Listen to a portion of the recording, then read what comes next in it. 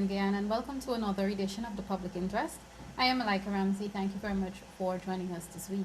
This week, I begin by introducing the journalists on the panel, beginning with Ms. Synika Thorne from the Government Information Agency, GINA. Welcome, Synika. And Mr. Mondale Smith from the Kaieteur News. Welcome to you, Mondale. Thank you very much. And of course, as always with us, is the President of the Cooperative Republic of Guyana, His Excellency Brigadier David Granger. Welcome to you, sir. Thank you, and happy Christmas. Thank you, sir. Same to you. Sir, you have been very, very busy. This is your first Christmas as President of Guyana. And the last time we met, you even talked about some of the activities you were involved in terms of giving back. Thus far, are you satisfied with public response and public reaction in terms of the giving? Because some may even say it's a bit too much. You're talking about the Christmas season? You're giving in the Christmas season, yes. I don't know if it's too much. It's far too little. I wish I had more to give.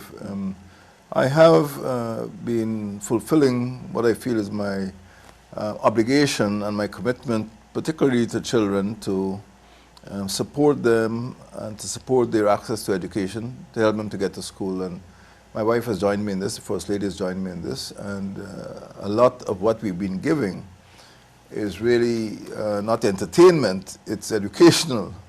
And I will continue doing that. I want to make sure that children get the opportunity to go to school. Up to yesterday, Wednesday, I was in Akawini. I was in Friendship and the Pomeroon, and I was in Charity. We got another boat at Charity, which will enable more children to get to school.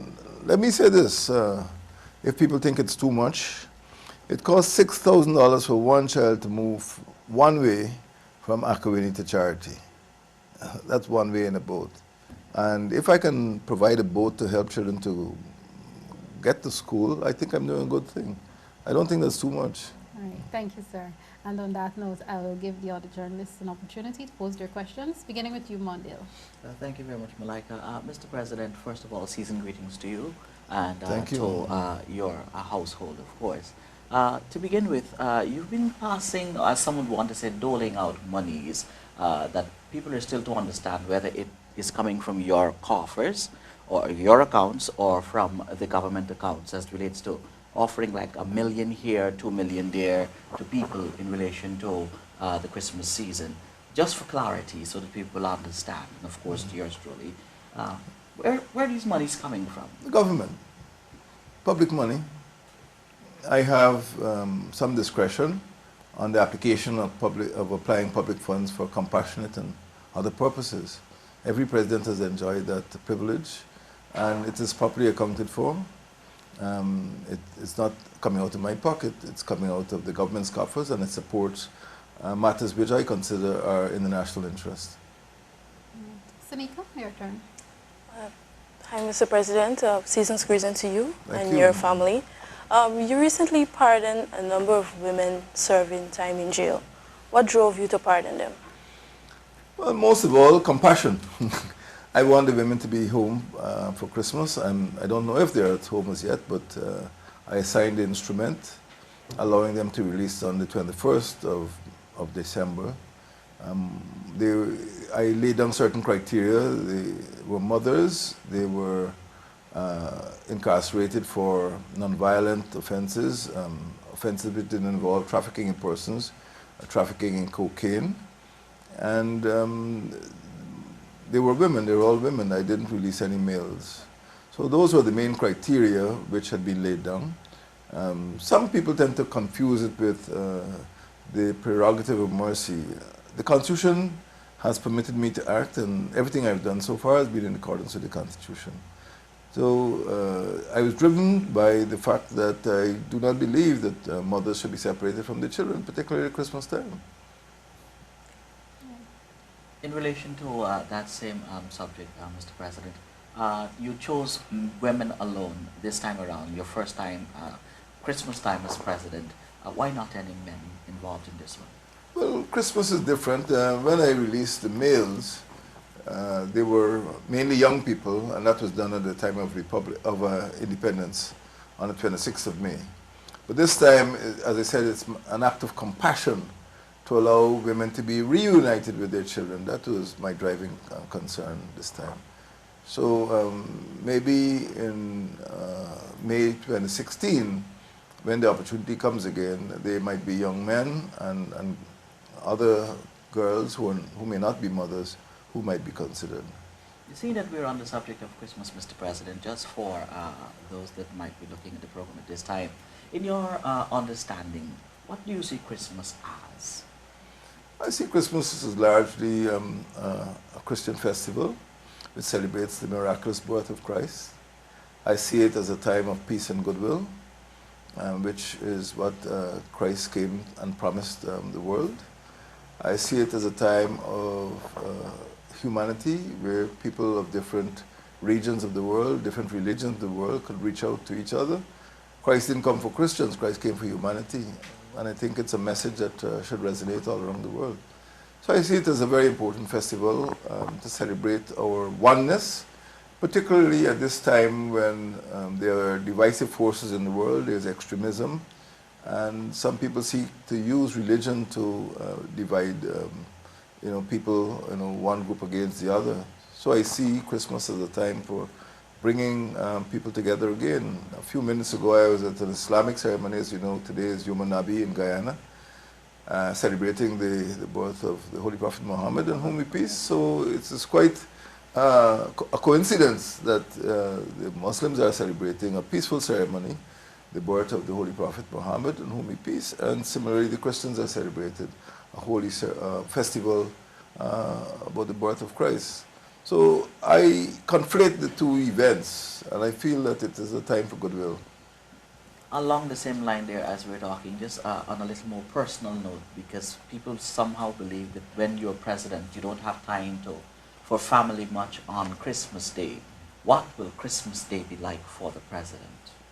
It'll be much of the same. I will go to the hospital to see the new mothers and children, and I will find some time for my family. So you're going to be cooking? Or my family will find time for me. You're going to be cooking? You're going to be cooking? No, I'm not going to be cooking. I'm going to be eating. All right, Synika. Mr. President, Christmas is recognized as a time for family. You're a good family person. What has been your philosophy, and what advice would you give to persons out there, especially our young men?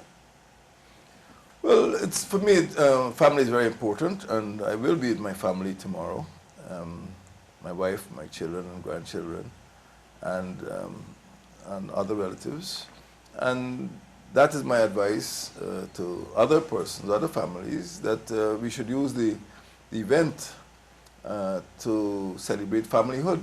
Many of us have imprinted on our minds from the time we were growing up the picture of mother, father, and infant Jesus in that stable. But basically, it's mother, father, and children, and child.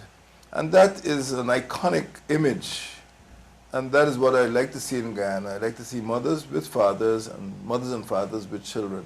And my advice would be for families to get together and use the occasion to bridge differences. Sometimes families have quarrels, they have disputes, feuds, and it is a time for familyhood. Sir, this is your first Christmas in office. And I know there's a lot of activities that is demanding your presence or your attention. How has this affected your traditional plans for Christmas? Well, it's nation first, it's people first, it's country first. And I have gone up several rivers. I got up the Kanji River, I've gone up the Pomeroon River. And I was hoping to get up the Maikoni River, but the water is very low, and the Demerara River, to visit communities which are not normally visited at this time. So I do not regard it as disruptive. I like meeting people. I like going to these communities. And sometimes they feel neglected, that nobody visits them. Next year is going to be very busy because it's going to be our 50th anniversary of independence here. And if I don't get an opportunity to go up to some of these destinations this year, it will be difficult next year. So some of them take all day. Some of them take all day. If I go to, say, Barakara or Sandburg, I don't get back till it's quite dark. So I'm doing what I like doing, and I think the people who I have to visit, appreciate seeing the head of state. So it's all part of, this is the work, that's what I'm being elected to do. Okay. Synika, I'll give you one more before we allow Mondale to take over again. Okay. The environment. We are celebrating Christmas with a much improved environment, especially in and around Georgetown. We see the open spaces being cleaned and Christmas trees are up along Brick Dam. You can see public places well decorated and so on. Is this how you remember it when you were younger? Well, it's not nostalgia, it's good health. I mean, nowadays you have so many diseases, dengue and malaria and filaria. And keeping the city clean is part of sanitation. So that is one reason. Of course, there's the aesthetic value that children must grow up accustomed to seeing an orderly and sanitary environment. Yes, this is how the way it used to be, and this is how I like it to be for future generations. I like to see this model also in other communities. I was at Bartica, up the Essequibo River at the beginning of this week. I like to see Bartica clean up. In fact, there's a special program for Bartica. I'd like to see New Amsterdam and all of the municipalities. Next year, there are going to be 3 new municipalities coming on board, Mabaruma, Bartica, and Lethem. Eventually, Madia will become a municipality. And I'd like to see strong mayors, strong city councils, making all of these regional capitals, destinations for business and for tourism. So it is part of a long process.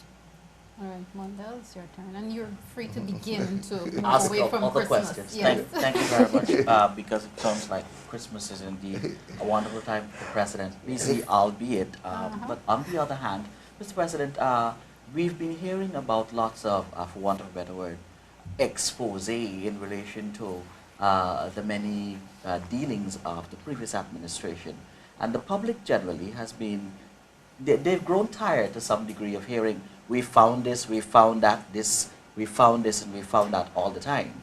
And they're asking, will there ever come a time when people will be held accountable in the true sense of accountability for the things or the atrocities of the past as relates especially to our finances? Well, the answer is yes. There's a difference between anecdote and evidence. There's a difference between speculation and surmise and actually providing proof.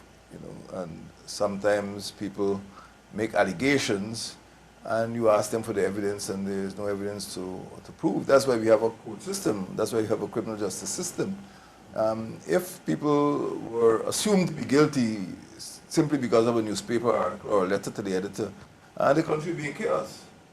So over the months since the new administration has been in office, we have been conducting some inquiries, some investigations, some audits. And when there is sufficient evidence which we feel establishes the blameworthiness of the persons concerned, we will go to the courts. In some instances, people have been sent on leave to permit investigations to take place. But you can only go to the courts when you have evidence. We can't go to the courts and say, look, there's a letter to the editor alleging that you did so and so. We've got to get proof. So your message to those that are a bit antsy as a result of all of this supposed expose in the media quoting your ministers, of course, would be what exactly? When we get the evidence, we will embark on prosecution. But we're not interested in condoning malpractice. But sometimes the evidence has been concealed, and sometimes the evidence is not there for us to see. So we have to find out. And that is what has been taking place. In the meantime, we have work to do. We have to run the country. We can't spend all the time simply investigating. We've got to move the country forward. So we're doing both at the same time. We're walking on 2 legs. We want to make sure that malpractices are brought to an end, that there's no recurrence of any wrongdoing that has occurred in the past. At the same time, we've got to provide quality of governance to make sure that the country does not slip backwards. So it will take time.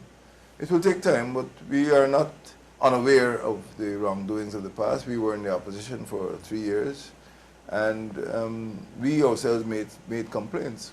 now we've got to provide the evidence. Synika.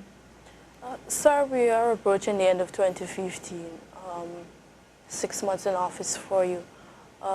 What would you say are some of your major achievements, and what were some of the challenges? Well, there have been challenges on all fronts. There are 16 ministries in the government, apart from the Ministry of the Presidency. And I would say that every ministry has recorded significant and substantial progress. Agriculture was faced with challenges in the sugar and rice industries. I think now that we're in a better position to understanding the problems of the sugar industry, there's been an increased production coming on this last crop.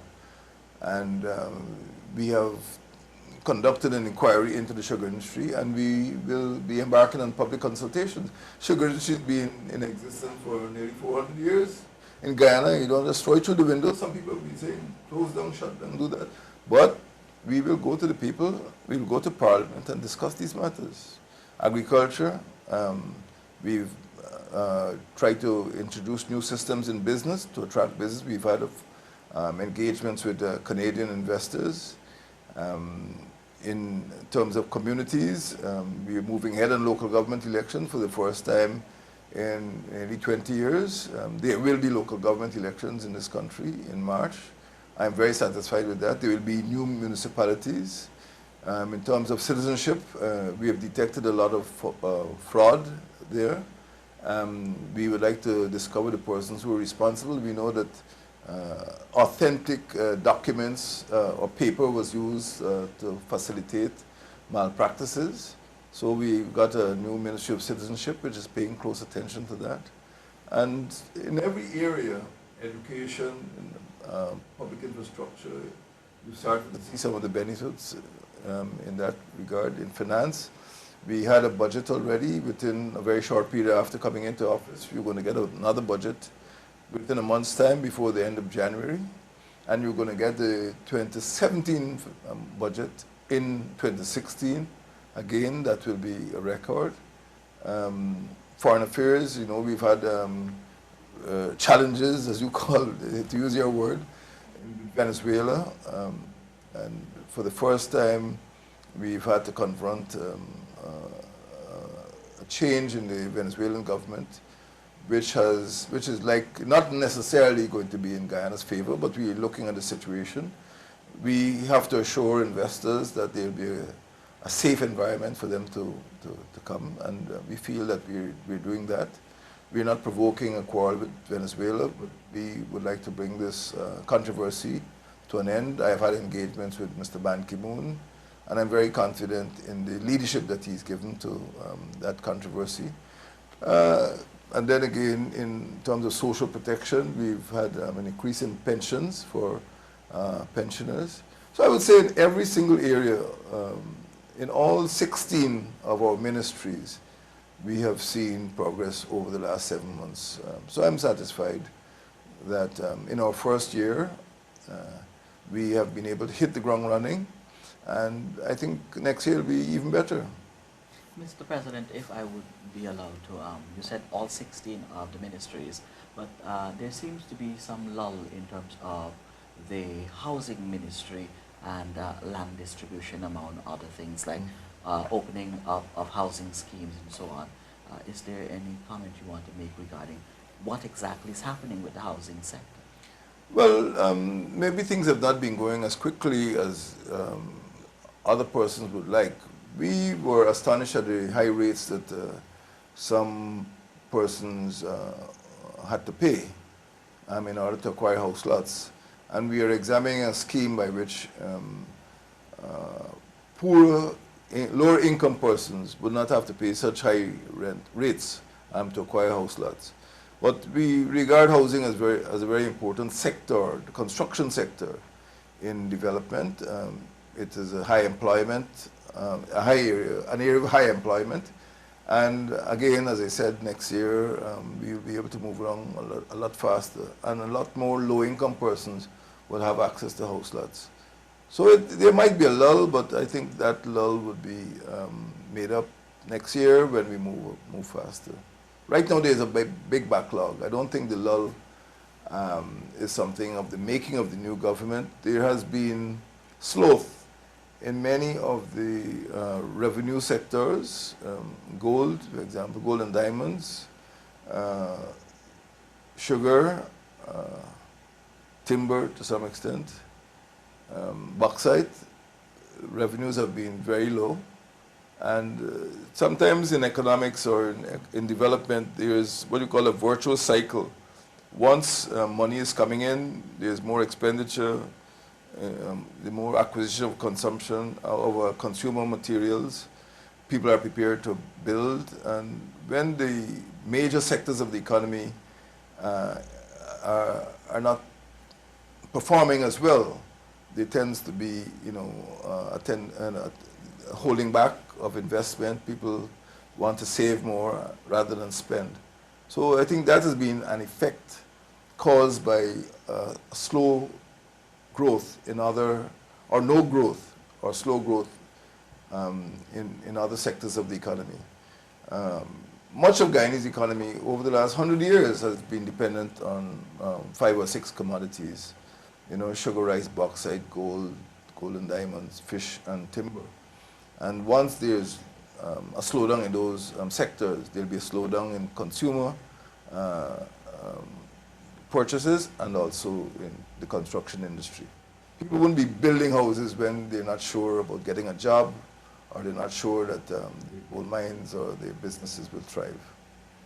Okay. Yes. Could I have one more question? Yes, you were allowed before. Yes, Mr. President, the general cry of the public is, something is wrong, money not stirring. What would you say to these people on the ground floor, money not stirring? That's the general statement. Well, I'm very suspicious of the word general. In my profession, it meant something else. But when people speak of general, I don't know how many people have actually indicated that. Nobody actually does surveys. Yeah. So when you speak about general, it's something you might have seen on Reference Facebook. based, no, based on the conversations that you hear on a regular. Yeah. People are saying on the ground floor that money not stirring like it used to stir before. What do you have to say to them? Well, I was in Akwini yesterday, I didn't hear it. Okay, I'm not making a joke of it. I'm not doubting your sources of information, but I would just like to iterate what I said a few minutes ago. There has been slow growth or no growth or low growth in the major sectors of the economy: sugar, rice, bauxite, gold, timber, and to some extent fish. Once there is low or slow growth there will be an impact in other sectors. To use your expression, something is not stirring. Once you find that there is maybe heightened activity in the gold industry, young men will be going in, making a few pennyweight, spending their money, and consumer goods will be traded more readily, more easily. There'll be more entertainment, there'll be more construction. But you're right, once there's a slowdown in those 6 sectors, there is likely to be a slowdown in other sectors. Supermarkets may not do so well, transportation may not do so well, construction may not do so well. So it is something that is cyclical. I don't think the economy is sick, but once we have a pickup in one of those sectors, I think there will be an improvement. For example, in the sugar industry, if there's high production, high wages, there'll be more purchases in the sugar belt, and restaurants and business places, supermarkets will do better. All right, we have a few minutes left. Choose your questions wisely, please. Synika. Mr. President, in terms of moving the economy forward in 2016, what are some of your targets? Next year, we have to invest more in infrastructure and in education. Infrastructure is needed if we are to free ourselves from, I would call, the bondage of the 6 sisters. We need to get roads into the hinterland if we are to encourage great agricultural production, free movement of people between hinterland and coastland. We need to get more children in school. I'm not satisfied with the fact that 4,000 children are dropping out of school, primary and secondary school every year. They need to complete their education. We need to have more science-trained children. We need to have more laboratories, ICT laboratories in school, learning centers in communities, so that within the next 5 years or so we produce a generation of computer literate students, more graduates from the University of Ghana, more engineers, more scientists who are prepared to develop the country. So we will have to spend a lot of time next year on infrastructure before we build the superstructure. Mr. President, moving to a subject that is in the air at present, legalizing of marijuana. What is your take on that? Well, as I told journalists before, I would prefer to await the verdict of the cabinet. Some persons are anxious to take it forward into the National Assembly. I think that might be premature. I don't think there's been a public debate on it. Again, a lot of the information and evidence is anecdotal. People have seen attempts at legalizing the use of marijuana in other jurisdictions, which have a strong regulatory framework. But I don't think that framework exists at present in Guyana, and we need to be careful how we adopt these exotic imports from other countries. So we need to put measures in place before we introduce these changes. So I don't have a personal take on it. I would not encourage a child of mine to smoke, or not remove any inhibitions that may have been imposed. I don't see children smoking. I don't think it's a good thing for the children, but as far as the decriminalization of marijuana is concerned, I am prepared to have a discussion in the cabinet and in the National Assembly and in the community at large. Finally, to get what you would refer to as the general public. I'd like to know what the general public really think. On the ground floor, that is. On the ground floor. Oh, now, Mr. President, your government is of the people, by the people, for the people, which is some of the people. Well, most of the people all of the time, or else you would not have been in the chair that you're in at this time, managing the affairs of the country. Now, there is the issue of Guyana signing on to international conventions that deals with human rights, specifically human rights. Ultimately focusing on one of we would call the lesser groups, as some would say.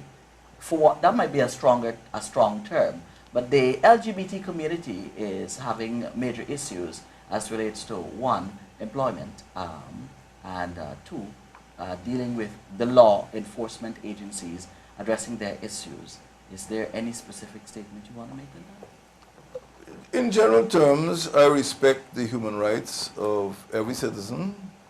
I also feel that, as far as possible, we should obey or adhere to any injunctions consequent on agreements we sign. If the government enters into an agreement with the international agency, for example, on whatever it is, capital punishment, corporal punishment in schools, whatever, we should abide by those injunctions. We should not sign onto an agreement and not fulfill the agreement.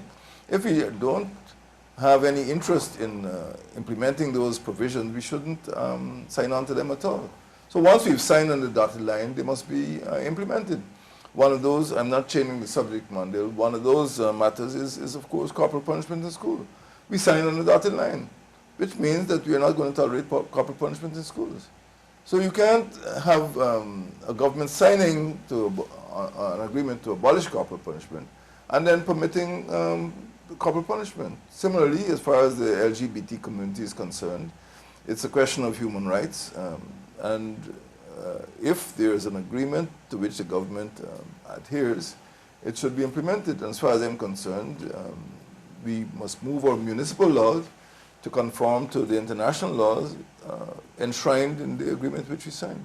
Thank you, Mr. President. And unfortunately, Mondale has taken Synika's time. Thank you very much That for will be joining deleted us. from the record.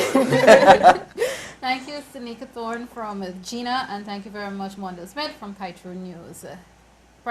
The President of the Cooperative Republic of Guyana, His Excellency Brigadier David Granger. And happy Christmas to all of you. And thank you again, sir, and same to you, and happy Christmas from me and the entire supporting team of the Public Interest. I am Malaika Ramsey. Do join us again next time.